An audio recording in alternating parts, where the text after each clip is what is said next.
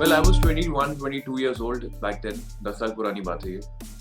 Immature था, थोड़ा over confident था शायद. तो मैंने कहा यार इतना अटेंशन मिल रहा है, तो why am I passing my time on television? Why don't I do something huge like a big banner film? कई फिल्में जो decent banners की थी, जिनका मैंने ऑडिशन दिया, जिनका मैंने लुक टेस्ट भी दिया, काफी पॉजिटिव रिव्यूज भी थे उनके. हमेशा लास्ट मिनट में पता चलता था मुझे कि फलाना म्यूजिशियन का बेटा है, उसको लॉन्च कर रहे हैं क्योंकि वो म्यूजिक डायरेक्टर है फिल्म का. सरकाज़म के जरिए आपको समझाने का कि बॉस तू अपने आप को हीरो समझ रहा है, ठीक है, तेरी शक्ल अच्छी है, तेरी हाइट बॉडी बहुत बढ़िया, very good, all the best, लेकिन एक्टिंग क्या होती है वो तो सीख के आ पहले. तो ऐसा मेरे साथ 2-3 बार हुआ जिसने मुझे बहुत हर्ट किया. Nishant, firstly, welcome to Pink Villa. All the very best for your journey inside the house. Everyone is looking forward to it. But मैं देख रही थी और मैंने आपकी journey follow की है. It's not been an easy one for you as well.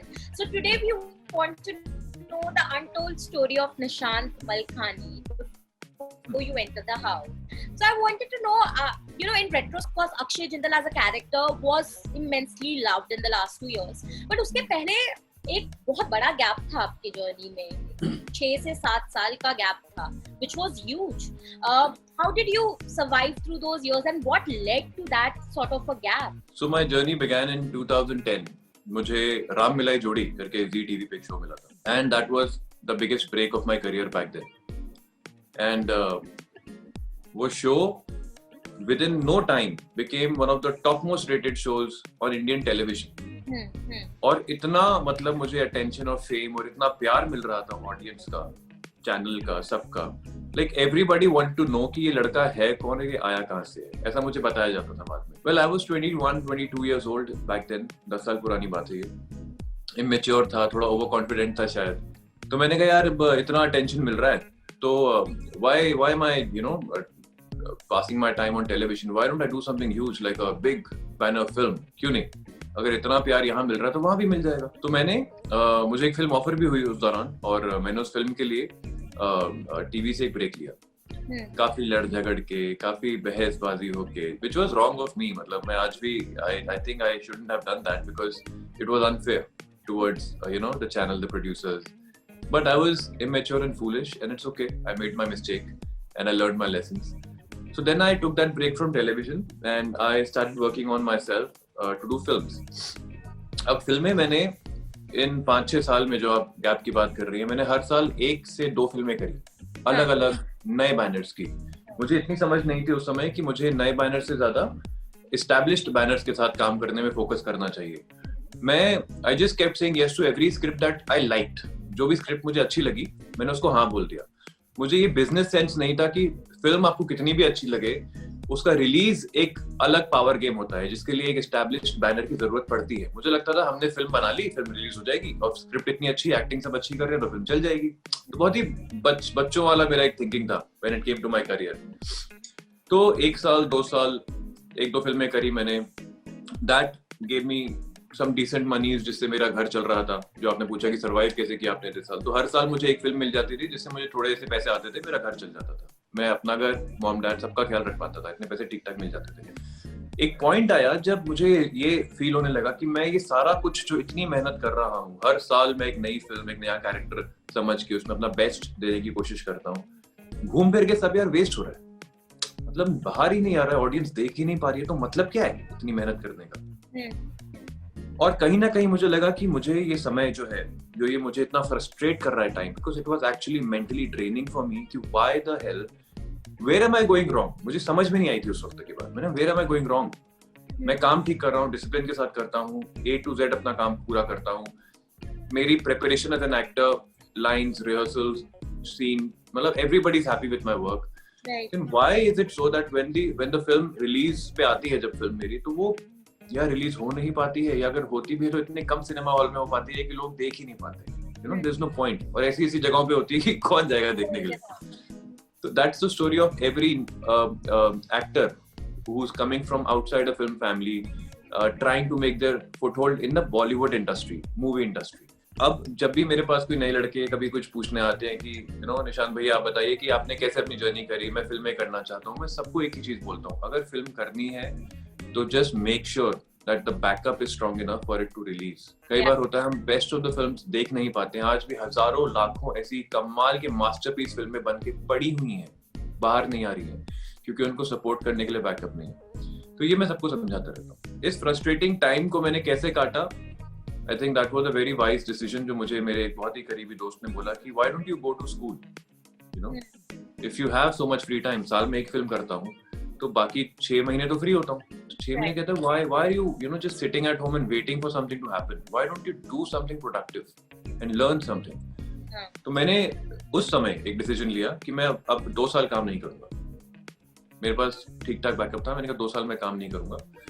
मैंने 2 साल 2 अलग अलग स्कूल्स में जाके एक साल के लंबे मतलब डिप्लोमा कोर्सेज करे in acting, in advanced acting I did my diplomas which taught me what is the technique of acting. मुझे आज तक लगता था एक्टिंग तो भाई अपने अंदर होती है, वो गई अंदर से निकलती है, but I think that's a very immature, very foolish way of looking at this craft। हम आज बात कर रहे हैं कि कैसे जब कोई बाहर से आके an outsider when he comes in this industry, how difficult it is for him to find his foothold, especially in the film business।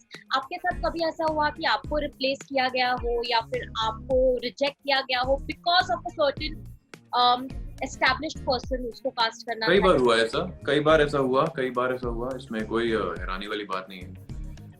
Like I said, when I finished my school, मैंने ये school खत्म किया, अपनी पढ़ाई करी, and I learned the craft of acting. That taught me a lot about being true to your own emotions, being real all the time and not being fake। ज्यादातर लोग दुनिया में अपनी जिंदगी काट लेते हैं, उनको पता ही नहीं होता उन्होंने पूरी जिंदगी नकली वन में काटी है, उनको लगता है वही उनका असली रूप है, बट वो असली रूप नहीं होता है, वो उनका वो रूप होता है जो उनको लगता है सोशली कन्वीनियंट है, जिसमें लोग उनको एक्सेप्ट कर लेंगे, और उस इम्बैलेंस में वो जिंदगी काट लेते हैं। तो ये बात जब आप समझ लेते हो ना, when you realize your own emotions, तो आपको बहुत चीजों से फर्क पड़ना कम हो जाता है। आपको समझ में आ जाता है कि हाँ ये मेरा इमोशन है, ठीक है, मुझे बुरा लग रहा है, इट्स पार्ट ऑफ लाइफ। तो मेरे साथ ऐसा कई बार हुआ, कई फिल्में जो डिसेंट बैनर्स की थी, जिनका मैंने ऑडिशन दिया, जिनका मैंने लुक टेस्ट भी दिया, काफी पॉजिटिव रिव्यूज भी थे उनके, हमेशा लास्ट मिनट में पता चलता था मुझे कि फलाना म्यूजिशियन का बेटा है, उसको लॉन्च कर रहे हैं क्योंकि वो म्यूजिक डायरेक्टर है फिल्म का और एस्टैब्लिश नाम है। कई बार पता चलता था कि जो प्रोडक्शन हाउस तो ठीक है आपको लेना चाहता है, लेकिन फाइनेंसर चाहता है कि उसके बेटे को लिया जाए। तो घुमा फिरा के बात, तो फिर कई बार ऐसा लगा कि यार ये ऑडिशन लेते क्यों हैं, मतलब क्या सिर्फ दुनिया को दिखाने के लिए कि हमने सबके ऑडिशन लिए, सारे न्यू कमर्स के, मतलब इंडस्ट्री के बाहर वालों के टैलेंटेड लोगों के ऑडिशन लिए, लेकिन सबसे टैलेंटेड तो हमारा घर का लड़का था जो हमने उस ऑडिशन से पहचाना, इसलिए हमने उसको कास्ट किया।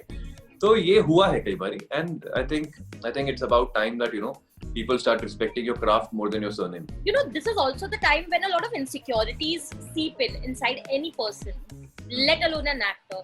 कभी आपके साथ ऐसा हुआ कि you felt insecure of the position that you were in, या फिर about your craft because someone said something nasty to you and उस वजह से कहीं ना कहीं bout of self doubt हुआ आपको? ऐसे कभी कोई दौर आया आपका? हाँ, तो before going to school ऐसा 2-3 बार हुआ मेरे साथ कि जब मैं कुछ फिल्में कर रहा था तो मेरे साथ कई सीनियर एक्टर्स काम कर रहे थे। कुछ सीनियर एक्टर्स का क्या होता है कि they are a little overcritical, especially when they see young boys who come without training, and I respect that they have come with a lot of training, so they know acting की craft क्या होती है। और जब मेरे जैसे लड़के चलते फिरते पहुंच जाते हैं कि भाई मैं तो हीरो हूँ और मैं फिल्म का हीरो बोल के, तो उनको ये बात कई बार थोड़ी खटकती है, और मुझे लगता है उनका ये तरीका होता है सरकाज़म के जरिए आपको समझाने का कि बॉस तू अपने आप को हीरो समझ रहा है, ठीक है, तेरी शक्ल अच्छी है, तेरी हाइट बॉडी बहुत बढ़िया, very good, all the best, लेकिन एक्टिंग क्या होती है वो तो सीख के आ पहले।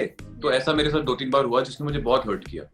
मुझे ये बात तब रियलाइज नहीं हुई कि वो जो कह रहे हैं बिल्कुल सही कह रहे हैं, मुझे नहीं आता है मेरा काम उतनी अच्छे से जो आना चाहिए। बट जब मुझे बात समझ में आ गई तो मैंने उनके सारे नास्टी कमेंट्स को, जो मुझे उस वक्त बहुत बुरे लगते थे, आज मैं दिल से उनकी रिस्पेक्ट करता हूँ, थैंक यू बोलता हूँ उन एक्टर्स को, कि अगर उन्होंने मेरे अंदर ये सेल्फ डाउट नहीं भरा होता तो शायद ये रियलाइजेशन नहीं होता कि I need to train myself and I need to go to school and learn it. After a break when you came back and you came back on television and again with Zee, मतलब जिनके साथ that's a coincidence, या embraced you back, and wholeheartedly in fact। तो वो decision आपके लिए कितना मुश्किल था, because it is said that जब आप ब्रिज क्रॉस करते हो टीवी से फिल्म एंड जब आप वापस टीवी पे आते हो तो people around you look down upon you somehow और they will tell you that oh why are you doing TV क्यों कर रहा है यार, तू फिल्म कर, फिल्म में ध्यान दे, you know there are so many people who will say 10,000 things. आपके दिमाग में उस वक्त क्या चल रहा था? Did any of it get to you at some point? मुझे लगता है ये सारी बातों का फर्क पड़ना मुझे तब बंद हो गया था जब मैंने एक्टिंग स्कूल ज्वाइन किया. मैं बार-बार ये रिपीट करता हूँ because that moment, those couple of years that I went to school, they were life altering, life changing for me. मेरा जिंदगी देखने का नजरिया काफी बदल गया था. तो मुझे उसके बाद मीडियम से फर्क पड़ना बंद हो गया. मुझे लगा मैं वेब करूं, फिल्म करूं या टीवी करूं, मुझे कुछ कमाल एक्टिंग करके दिखानी है क्योंकि अब मुझे आती है, अब मैं समझ चुका हूँ कैसे करते हैं. तो अब मेरे अंदर का जो टैलेंट है जिसको मुझे बाहर निकालना आ नहीं रहा था वो मैं अब करके दिखाऊंगा.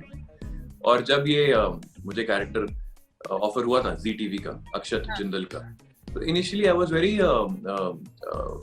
डाउटफुल क्योंकि जो कहानी नरेट की गई थी उसमें मेरा एज ब्रैकेट बड़ा अजीब सा था कि मतलब I was 31 32 and the character they were saying was around 45 50 according to the story. हाँ, अब मैं एकदम हैरान, मैंने कहा ये बोल क्या रहे हैं कि मैं फिट कैसे बैठूंगा उसमें. But then I just told myself one thing, that bro, you are an actor, you're supposed to play even 100 years old का character, as long as you have the craft and talent you can convince the audience. बाकी तो makeup costume होता ही है. Then I understood the character of Akshat Jindal and I realized it's a beautiful character with so many layers in him. मतलब ऐसा heroic character Indian television पे बहुत rare आता है.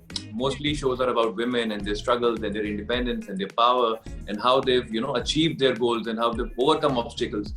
But पहली बार एक ऐसा मुझे character दिखा for a male actor which had an absolutely heroic, angry young man Bollywood feel to it, like a proper filmy character he was. गुस्सा आया तो मतलब फाड़ के रख देता है और प्यार आया तो जान तक देने को रेडी हो जाता है, वैसा कैरेक्टर था. इन सब चीजों के चलते उसकी जर्नी समझ के मुझे लगा this is a challenge and I have to fulfill this. I don't know if you remember, हमारी शायद ये बात ओपनिंग पे भी हुई थी इसी कैरेक्टर को लेके. Krishna was there.